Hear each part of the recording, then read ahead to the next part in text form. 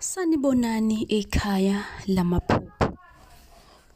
Uma umusha kule chaneli ngicela ushaye subscribe, ucele nohlelo nabo ukuthi nabo besubscribe ukuze bangaphuthelwa amaphupho ababa nawo.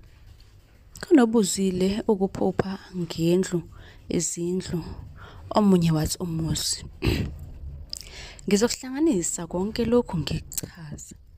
Uma uyibona ku-TikTok le video, ngicele ufollowe, ungi-inbox ucele inamba ka-WhatsApp la esichaza khona njalo amaphupho. Indlu ephusheni imele umndeni wakho.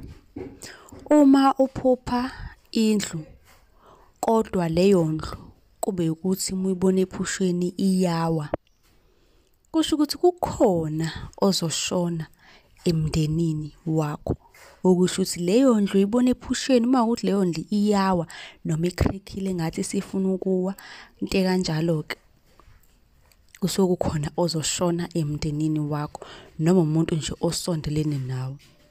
Uma uphupha indlu entsha, kusho ukuthi kukhona ozofika emndenini, okungaba ingane encane noma umakoti ozoshadela emndenini wakho.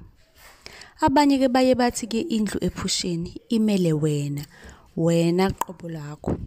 Cha, ayimele wena, imele umndeni wakho. Njengoba bengishilo ukuthi nje leyo ndlu uma ukuthi iyakhiwa kusuke kubika isifo. Abaningi bayakwazi-ke lokhu ukuthi indlu nje uma uyiphupha iyakhiwa ibika isifo esingase senzeke emndenini, kungenzeka kube khona ozoshona noma umngani noma umuntu osondelene nawe, umakhelwane mhlawumbe uzoshona. Ungakhohlwa phela ukushaya subscribe ukuze ungaphuthelwa njalo uma ngifaka ivideo, ebese uyabuza-ke nawe kuma-comment section elakho iphupho. Nisale kahle.